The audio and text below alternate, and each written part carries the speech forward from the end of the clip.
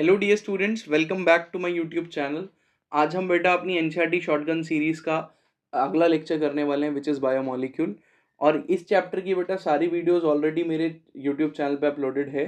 Biomolecules की detailed video lecture पूरा का पूरा प्लेलिस्ट बन के मैंने अपलोड किया हुआ है ऑलरेडी। अगर आपको इस चैप्टर में कहीं भी ऐसा लग रहा है कि मेरा कॉन्सेप्ट पूरा का पूरा वीक जा रहा है या मुझे बहुत प्रॉब्लम आ रही है बायोमोलिक्यूल्स के क्वेश्चन सॉल्व करने में, तो वहाँ पर मैंने क्वेश्चन समेत आपको क्या कराया, बायोमोलिक्यूल्स पूरा कंप्लीट कराया।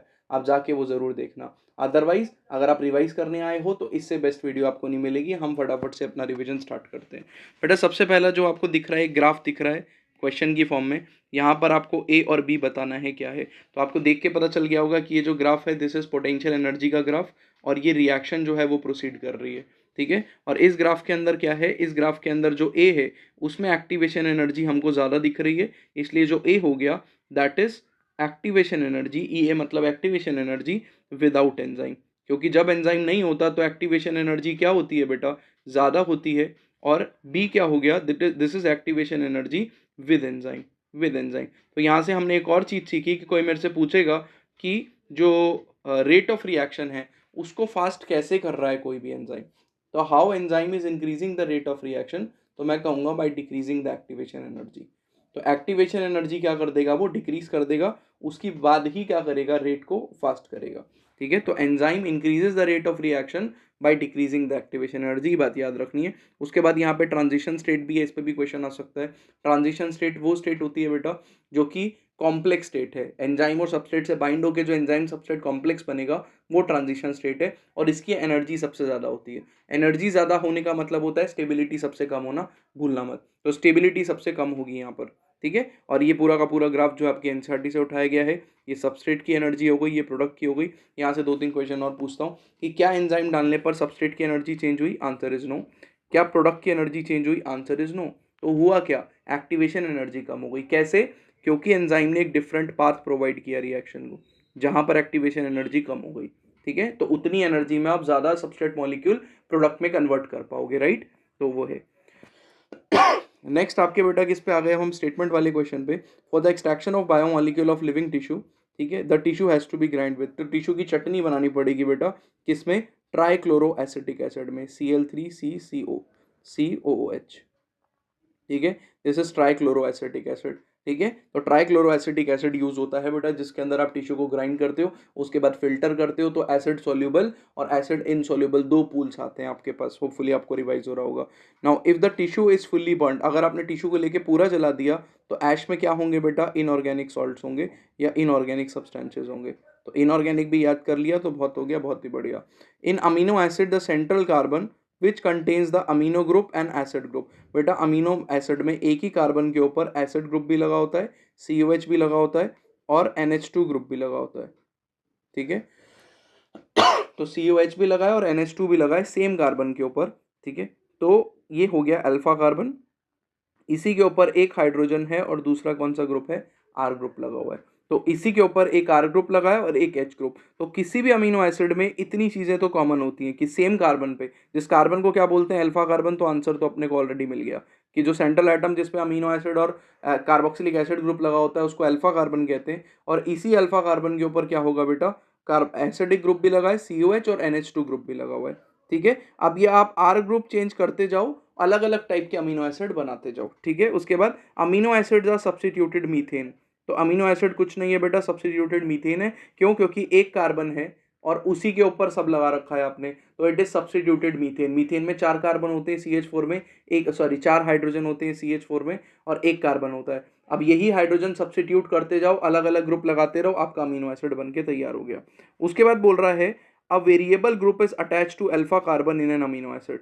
ठीक है, अल्फा कार्बन के साथ वेरिएबल ग्रुप अटैच होता है, उस वेरिएबल ग्रुप को क्या कहते हैं, R group.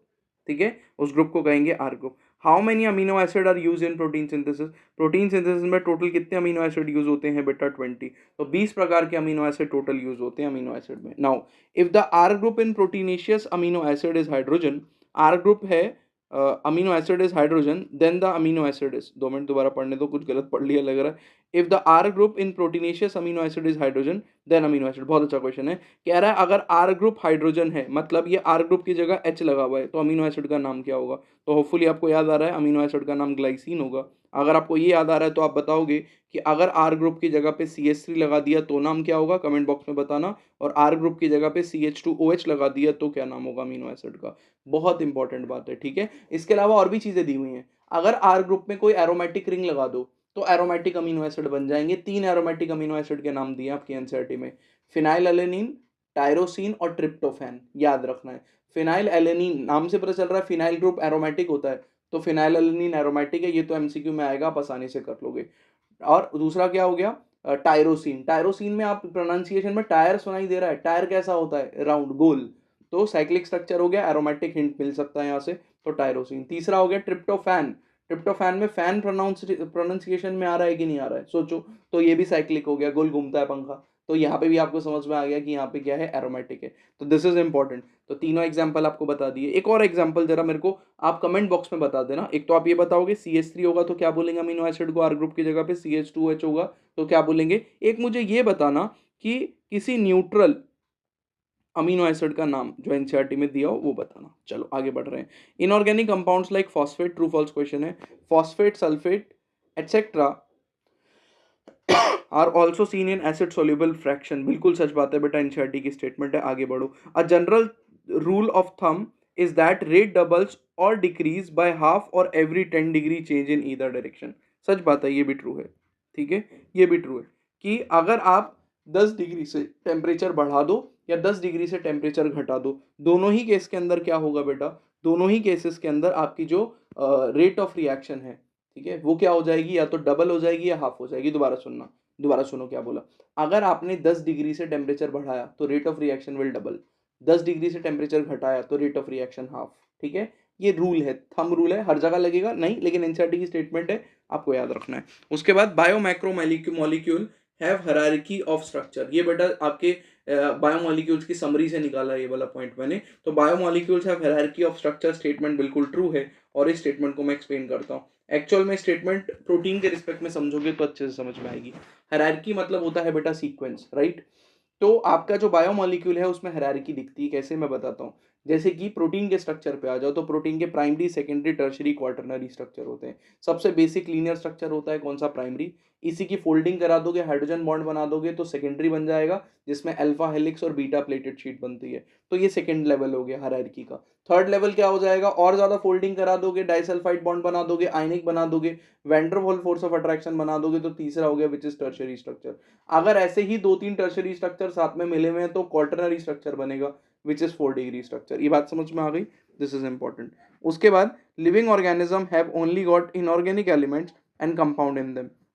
Living organism has only got inorganic, ये तो बिल्कुल ही गलत है भाई, फॉल्स हो गया, ठीक है। वो कह रहा है सिर्फ इनऑर्गेनिक, नहीं, लिविंग ऑर्गेनिज्म में ऑर्गेनिक भी होता है और इनऑर्गेनिक भी होता है, राइट। उसके बाद लिपिड्स आर जनरली डैश, तो इनसॉल्युबल इन वाटर, बहुत ही आसान सवाल, हमको ऑलरेडी पता है। उसके बाद a fatty acid has 2 groups, ठीक है, 2 ग्रुप होते हैं, R group and COOH, carboxyl group, ठीक है। फैटी एसिड का स्ट्रक्चर ही हम ऐसे बनाते हैं, it is a long chain carbon with carboxyl group at the end. तो ये फैटी एसिड का जनरल स्ट्रक्चर होता है। उसके बाद how many number of carbon are present in palmitic acid, तो आपके एनसीईआरटी में 16 लिखा है। इसका आंसर कर पाए तो एक और आंसर कमेंट बॉक्स में करना कि आर्केडोनिक एसिड में कितने कार्बन होते हैं, ये आपके ऊपर है। Now if the fatty acid contain 1 और मोर डबल बॉन्ड, ठीक है, एक फैटी एसिड में एक से ज्यादा डबल बॉन्ड है between carbon carbon atoms, then they are unsaturated. तो बहुत ही आसान सवाल हो गया, ये क्या हो गए, अनसैचुरेटेड हो गए। बस यहाँ से स्टेटमेंट से ये जान लो कि fatty acid can be saturated और fatty acid can also be unsaturated. इतनी बातें याद आ गई तो बहुत बढ़िया बात। Next, tri hydroxy propane is also called as, tri hydroxy propane बना के देखते हैं। प्रोपेन बना है 3 कार्बन का, तीनों पे OH लगा दो, बाकी वैलेंसी किससे पूरी कर दो, हाइड्रोजन से पूरी कर दो, तो हाइड्रोजन से वैलेंसी पूरी, CH2 CH CH2, क्या हो गया, this is try hydroxy propane. पहचान में आ रहा है कि ये ग्लिसरॉल है, बहुत ही बढ़िया। नहीं आ रहा तो बता दिया आपको, वीडियो पूरे चैनल पे अपलोडेड है, जाके देख लेना, डिटेल लेक्चर है। उसके बाद आपको क्या बोल रहा है, lipid are classified into fat और oil on the basis of their. तो लिपिड किस चीज में क्लासिफाई होते हैं, on the basis of their melting point, ठीक है, on the basis of melting point. मेरा सवाल ये है कि ऑयल का मेल्टिंग पॉइंट ज्यादा होता है कि कम, तो ऑयल सर्दी में भी लिक्विड रहते हैं, इसका मतलब ऑयल का मेल्टिंग पॉइंट कम होता है, point to be noted, oil has lower melting point, ठीक है। उसके बाद कह रहा है in monoglyceride glycerol attach with fatty acid molecule by which bond, तो ग्लिसरॉल और फैटी एसिड के बीच में कौन सा बॉन्ड होता है, एस्टर बॉन्ड, याद रखना है। यहाँ पे लिखा जाता है इट इज एस्टेरिफाइड, ठीक है, एस्टेरिफाइड। तो fatty acid is esterified with what, esterified with glycerol, point to be noted. उसके बाद the melting point of oil is, तो मेल्टिंग पॉइंट ऑफ ऑयल कैसा होता है, यू ऑलरेडी नो, लो। उसके बाद which type of lipid is found in cell membrane, तो कौन सा टाइप का लिपिड है जो सेल मेम्ब्रेन में मिलता है आपको, तो answer is lecithin, lecithin, lecithin मिलता है। नेक्स्ट आपको कह रहा है राइट द नेम, तो बेटा लेसिथिन का ही डायग्राम बना हुआ है। लेसिथिन एक टाइप का फॉस्फोडाइग्लिसराइड है, याद रखना, it is a type of phospholipid, और लिपिड में भी कौन सा टाइप का लिपिड, डाइग्लिसराइड। कैसे पता चल रहा है, देखो ये एक फैटी एसिड, ये एक फैटी एसिड, बीच में ग्लिसरॉल, अगर आपको ग्लिसरॉल पहचान में आ रहा है तो बहुत ही बढ़िया, ठीक है, वेरी गुड। और ये यहाँ पर फैटी एसिड नहीं है, एक फॉस्फेट कंटेनिंग बड़ा सा ग्रुप है, ठीक है। तो इसका मतलब लेसिथिन में सिर्फ फॉस्फेट नहीं है, नाइट्रोजन कंटेनिंग कंपाउंड भी होता है, बट इसको फॉस्फोलिपिड कहते हैं क्योंकि फॉस्फेट के थ्रू कनेक्टेड है सब कुछ, ठीक है। तो इट इज अ फॉस्फोडाइग्लिसराइड, दो फैटी एसिड, वन ग्लिसरॉल, और तीसरा जो है वो फॉस्फेट ग्रुप के साथ अटैच है। समझ में आ गई मेरी बात। Next, living organisms have a number of carbon compound in which heterocyclic rings can be found, ठीक है। वो कह रहा है कि living organism have a number of carbon compound, living organisms में नंबर ऑफ कार्बन कंपाउंड होते हैं जिसके अंदर in which cyclic rings can be found, cyclic ring मिल सकती है, सच लिख रहा है। Some of these nitrogenous bases are, इनमें से नाइट्रोजन बेसिस सारी लिख दो, ए यू जी सी या A T G C U, A T G C U. DNA में ये चार होते हैं, आरएनए में बस टी की जगह पे यू होता है, तो नाइट्रोजनस बेस में तो चारों ही काउंट होंगे ना। इसमें से एजी को बोलते हैं हम प्यूरिन, ठीक है, और टीसी यू को, तीन को बोलते हैं पायरिमिडीन। तो यूरेसिल, थाइमीन, और आपका क्या हो गया, साइटोसिन, ये क्या हो गए आपके, दिस इज योर पायरिमिडीन, ठीक है। और एडिनिन और ग्वानिन क्या हो गए आपके, प्यूरिन। समझ में आ रहा है, वेरी गुड। उसके बाद nitrogenous bases and sugar, nitrogenous bases और शुगर मिलके क्या बनाते हैं बेटा, ये मिलके बनाते हैं न्यूक्लियोसाइड, बहुत बढ़िया। और इसी न्यूक्लियोसाइड में, मतलब नाइट्रोजनस बेस शुगर में फॉस्फेट ग्रुप भी ऐड कर दोगे तो ये बना देगा न्यूक्लियोटाइड, तो क्या बन जाएगा, न्यूक्लियोटाइड। समझ में आ गई मेरी बात, इंपॉर्टेंट। उसके बाद identify the bond between nitrogenous base and ribose sugar, ठीक है। Identify the bond between nitrogenous base and ribose sugar, तो नाइट्रोजनस बेस और राइबोस शुगर के बीच में जो बॉन्ड होता है that is nothing but phospho ester bond, ठीक है। तो जो बॉन्ड होता है नाइट्रोजनस बेस और राइबोस शुगर में वो फॉस्फो एस्टर बॉन्ड है। हॉलो एंजाइम क्या होता है, holo enzyme is nothing but apo enzyme plus cofactor, cofactor, जिसमें से आपकी एनसीईआरटी बोलती है कि प्रोटीनेशियस पार्ट कौन सा होता है, एपो एंजाइम, और cofactor is non protein moiety, याद रखना ये स्टेटमेंट भी इंपॉर्टेंट है। एब्रिन और रिसिन, बेटा सेकेंडरी मेटाबोलाइट वाली टेबल बहुत इंपॉर्टेंट है, एंट्रेंस पॉइंट ऑफ व्यू से मैचिंग में बार बार आती है वो, ठीक है, और ऐसे क्वेश्चन भी आ जाते हैं। एब्रिन और रिसिन बेटा टॉक्सिन है, टॉक्सिन है, और क्या है, these are secondary metabolite, secondary metabolite. Secondary metabolite क्या होते हैं बेटा, जो कि एज अ बाय प्रोडक्ट बने किसी रिएक्शन में, उनका डायरेक्ट रोल अभी नोन नहीं है, ठीक है, या नहीं होता है कोई डायरेक्ट रोल। उसके बाद give an example of alkaloid, alkaloid के दो एग्जांपल दिए हैं बेटा, सेकेंडरी मेटाबोलाइट की टेबल से पूछ रहा हूँ क्वेश्चन, एक तो मॉर्फिन और एक कोडीन, तो कोई भी एक पूछ रहा है, एक पूछ रहा है ना एन, तो मॉर्फिन लिख देंगे, आगे बढ़ेंगे, बहुत ही बढ़िया। आगे देखो, molecular weight of bio micromolecule, micromolecule will be less than how much, less than 10,000 Dalton, ठीक है, less than, sorry 1,000 Dalton, 1,000 Dalton, not 10,000, ठीक है। उसके बाद नेक्स्ट क्वेश्चन 30 पे आ जाओ। अच्छा, ये पूछ रहा है क्या है, तो बेटा सिंगल रिंग है, सिंगल रिंग पायरिमिडीन होते हैं, तो एक बात तो कंफर्म हो गई कि ये पायरिमिडीन है, पायरिमिडीन, ठीक है। और पायरिमिडीन में भी बेटा ये यूरेसिल है, डायग्राम देख लेना आपको समझ में आ जाएगा कि पायरिमिडीन में भी ये जो स्ट्रक्चर है that is nothing but uracil, you, ठीक है। यूरेसिल डीएनए में प्रेजेंट होता है कि आरएनए में प्रेजेंट होता है। आगे, in a polypeptide chain amino acid are linked by which bond, एक पॉलीपेप्टाइड चेन में अमीनो एसिड जो है वो लिंक्ड होते हैं विच बॉन्ड से, कौन से बॉन्ड से, पेप्टाइड बॉन्ड, बहुत ही सिंपल है। तो सारे बता दो ना एक एक करके, यहाँ पे क्यों रुकना है फिर, तो बताओ पॉलीसेक्राइड में शुगर, शुगर के बीच का बॉन्ड, शुगर और शुगर के बीच का बॉन्ड, ठीक है, मैं बोलता जा रहा हूँ, कमेंट बॉक्स में एकदम छाप देना, शुगर के बीच का बॉन्ड कौन सा होता है, दैट इज कौन सा, ग्लाइकोसिडिक बॉन्ड, ठीक है, याद रखना है। ऐसे ही अगर मैं बात करूँ किस में, फैट्स में, तो ग्लिसरॉल और फैटी एसिड के बीच का बॉन्ड, ग्लिसरॉल और फैटी एसिड के बीच का bond, that is your which bond, glycerol और फैटी एसिड के बीच का बॉन्ड आता है एस्टर बॉन्ड, ठीक है। तो शुगर के बीच का बॉन्ड कौन सा हो गया आपका, ग्लिसरा, आपका ग्लाइकोसिडिक बॉन्ड, और यहाँ पर जो बॉन्ड आएगा एस्टर बॉन्ड, ठीक है। ऐसे ही न्यूक्लियोटाइड के बीच का बॉन्ड बताओगे आप, ठीक है। न्यूक्लियोटाइड और न्यूक्लियोटाइड के बीच का बॉन्ड कमेंट बॉक्स में। चलो आगे, most abundant protein in animal world में पूछ रहा है तो कोलेजन हो गया ना, कोलेजन। तो पूरे बायोस्फीयर में कौन सा होता है, तो सिंपल रुबिस्को, ठीक है। नेक्स्ट आ जाओ, polysaccharide that act as a store house of the plant, तो प्लांट में स्टोर्ड कौन सा होता है बेटा, बहुत ही सिंपल, स्टार्च। उसके बाद इन्यूलिन, इंसुलिन नहीं, इंसुलिन तो प्रोटीन है जो कि एक हार्मोन है, insulin is a protein. Inulin जो है वो एक पॉलीमर है, मतलब पॉलीसेकेराइड है, जिसके अंदर, और पॉलीसेकेराइड मतलब एक कार्बोहाइड्रेट की कैटेगरी का है, जो कि किसका बना होता है, fructose, point to be noted, fructose, fructose, ठीक है। और इंसुलिन तो क्या है, प्रोटीन, अमीनो एसिड का बना होगा। उसके बाद a protein is a homopolymer not a heteropolymer, बिल्कुल बकवास, 20 टाइप के अमीनो एसिड्स को मिला के एक प्रोटीन बनता है, तो होमोपॉलीमर हो गया, हेट्रोपॉलीमर होगा ना, फॉल्स स्टेटमेंट। उसके बाद आपको कह रहा है rubisco is the most abundant protein in the whole biosphere, बिल्कुल सच बात है, ट्रू। उसके बाद सेल्यूलोज इज अ होमोपॉलीमर, बिल्कुल सही है, सेल्यूलोज तोड़ेंगे तो सिर्फ ग्लूकोज मिलता है, तो true. Now in polysaccharide chain glycogen the right end is non reducing, ये गलत लिखा है, एनसीईआरटी की स्टेटमेंट है कि राइट एंड इज रिड्यूसिंग, तो स्टेटमेंट तो फॉल्स हो गई ना, तो नॉन रिड्यूसिंग होगी तो स्टेटमेंट फॉल्स है, because right end is reducing and left end is non reducing, ठीक है। उसके बाद starch has helical structure and it gives iodine test, बिल्कुल सच है, स्टार्च का जो है बेटा हेलिकल स्ट्रक्चर होता है, स्पाइरल, जिसमें इस हेलिक्स के बीच में जाके आयोडीन मॉलिक्यूल फंस जाता है, और जो स्टार्च आयोडीन कॉम्प्लेक्स बनता है वो ब्लू ब्लैक कलर का होता है। तो यहाँ पे जो आयोडीन टेस्ट है, starch has helical structure it gives iodine test, बिल्कुल ट्रू है स्टेटमेंट। उसके बाद cellulose contain a complex helix structure and can hold iodine, तो सेल्यूलोज आयोडीन को होल्ड कर सकता है, इसका मतलब सेल्यूलोज भी फिर स्टेन हो जाना चाहिए, नहीं, नहीं होता है ना, आयोडीन टेस्ट नहीं देता है सेल्यूलोज, तो क्या हो गया, फॉल्स हो गया ये स्टेटमेंट। स्टार्च के पास कोई भी हेलिकल स्ट्रक्चर नहीं होता है, इसीलिए इसीलिए यहाँ पर कोई भी आयोडीन टेस्ट नहीं दिया जाता है, ये सॉरी, सेल्यूलोज के पास कोई भी हेलिकल स्ट्रक्चर नहीं होता है, इसीलिए वो कोई भी आयोडीन टेस्ट नहीं देता है, याद रखना है। काइटिन इज अ हेट्रोपॉलीमर, गलत हो गया, काइटिन इज अ होमोपॉलीमर,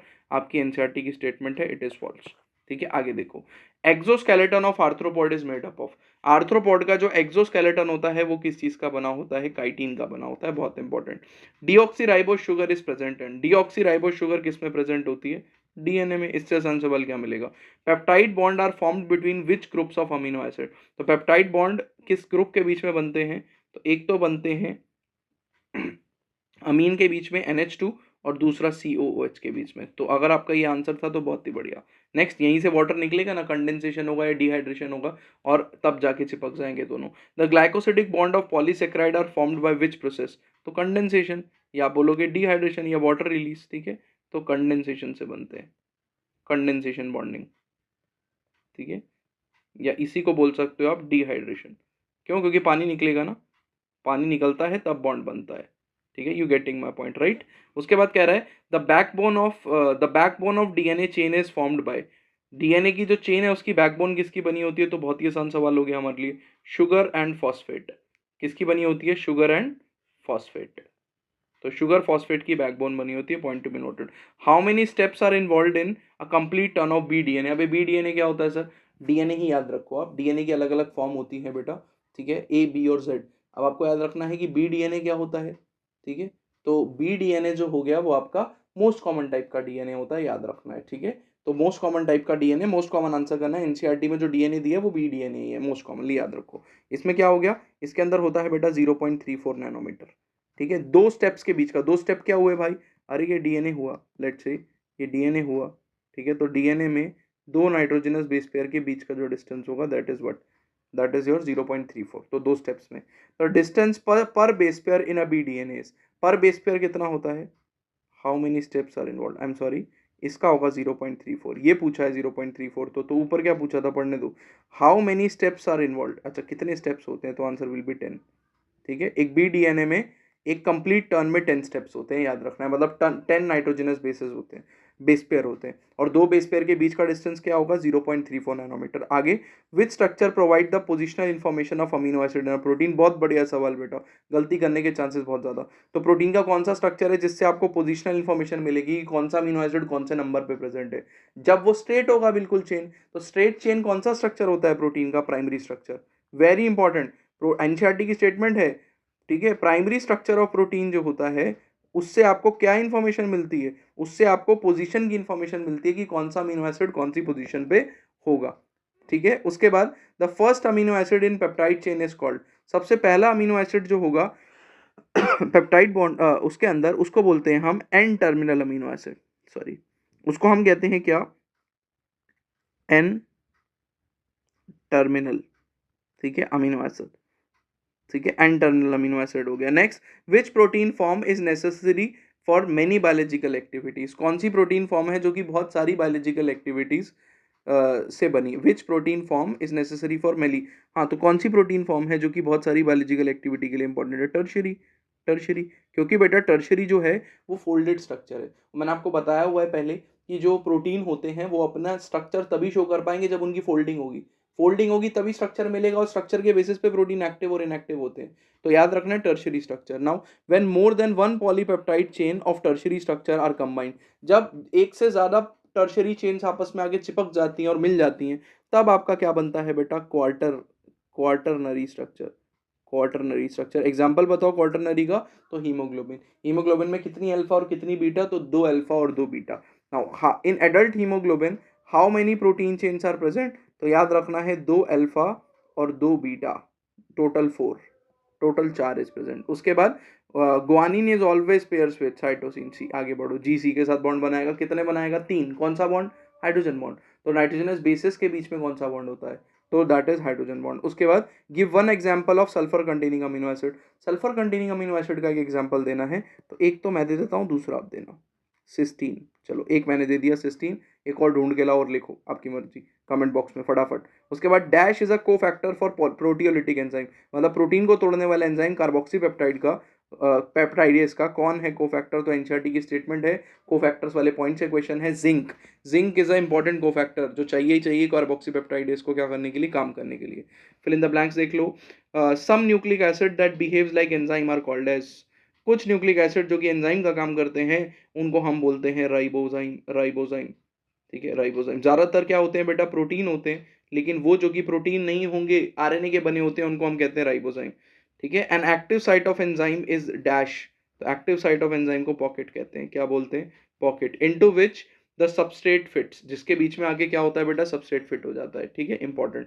उसके बाद inorganic catalyst work efficiently at dash, तो इनऑर्गेनिक कैटलिस्ट की बात हो रही है बेटा, ये वो पॉइंट है जहां पे आपको ऑर्गेनिक हमारी बॉडी के एंजाइम को कंपेयर करके बताया है केमिस्ट्री में कैटलिस्ट से, तो हमारी बॉडी के अंदर जो एंजाइम है वो कैटलिस्ट से कैसे अलग है वो बताने की कोशिश करिए। तो ये बताया गया है कि हमारी बॉडी में जो एंजाइम है वो हाई टेम्परेचर पे डीनेचर कर जाता है, काम करना बंद कर देता है, जबकि इनऑर्गेनिक कैटलिस्ट जो है वो काम करते रहते हैं किस पे, हाई टेम्परेचर पे, हाई टेम्परेचर पे, ठीक है। वाइल जो एंजाइम है हमारी बॉडी में वो क्या हो जाते हैं बेटा, वो डीनेचर हो जाते हैं, ठीक है, डीनेचर हो जाएंगे वो, ठीक है, और हो जाएगा क्या, डैमेज, डीनेचर एंड डैमेज हो जाएंगे, पॉइंट टू बी नोटेड। उसके बाद dash is thus an important quality of those enzyme which isolated from thermophilic organism, तो इसका आंसर होगा बेटा आपका थर्मोस्टेबल, थर्मोस्टेबिलिटी, थर्मोस्टेबिलिटी।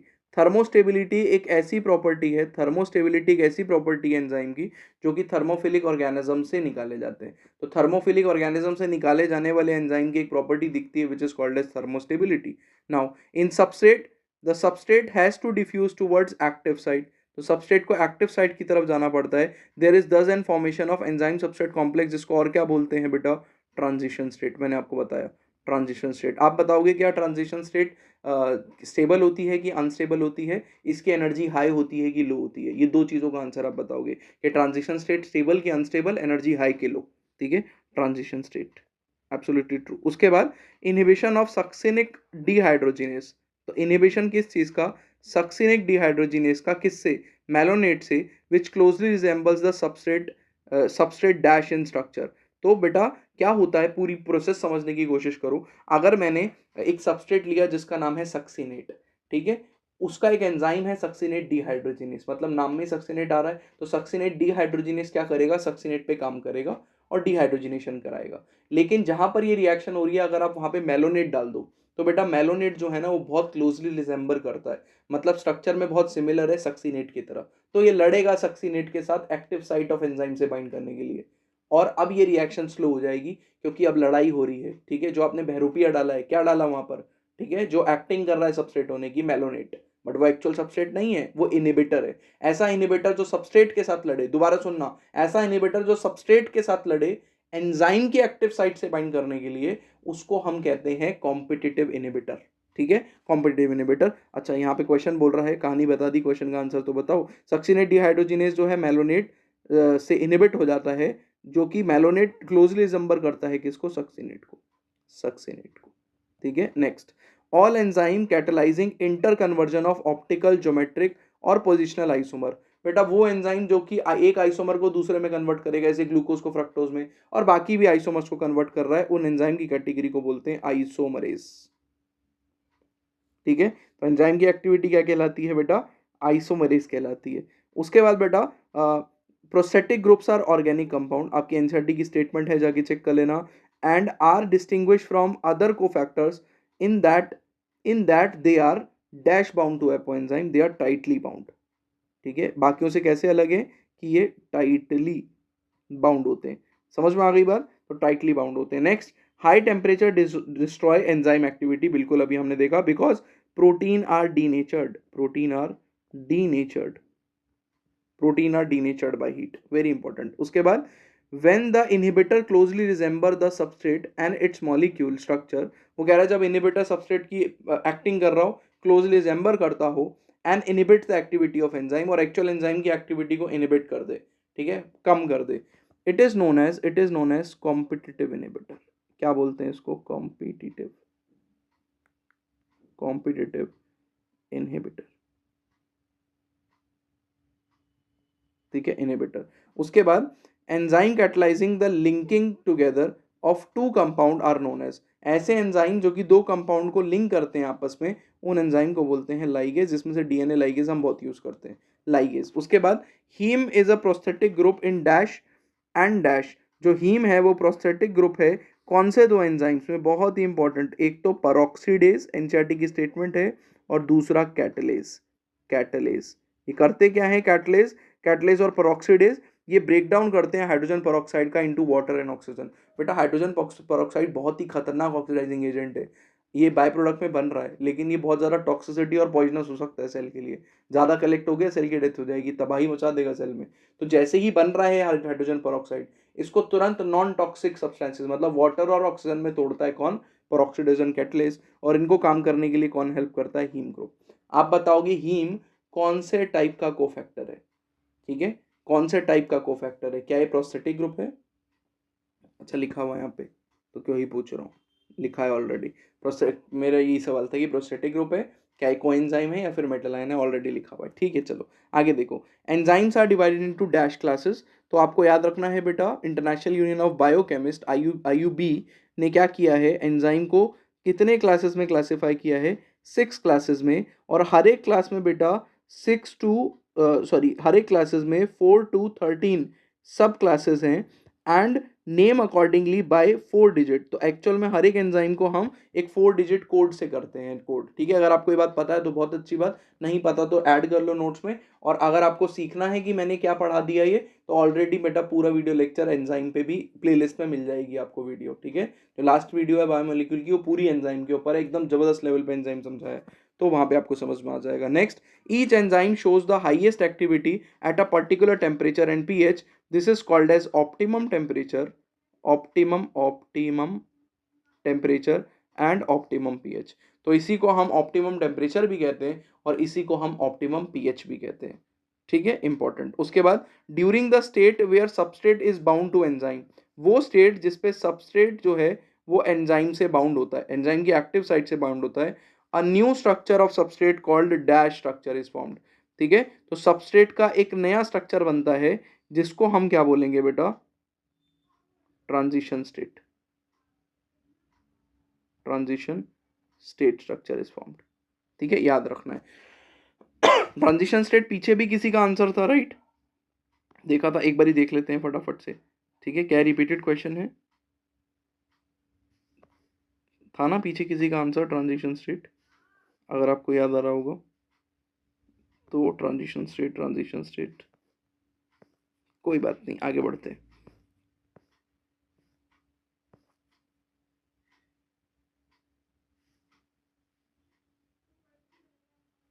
ठीक है, is an dash formation of enzyme substrate complex. ठीक है, सही है, यहाँ था आंसर, मिल गया।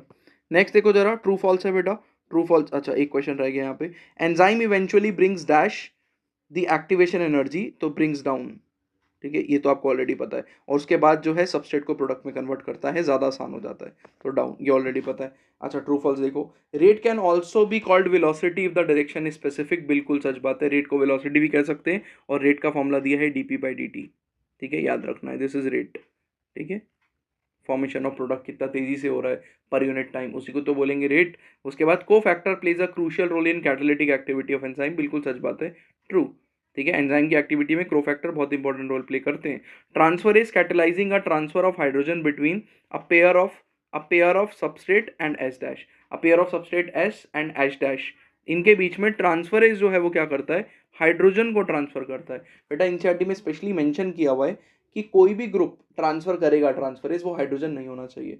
अगर वो हाइड्रोजन है तो उसको ऑक्सीडो रिडक्टेज बोलेंगे बेटा।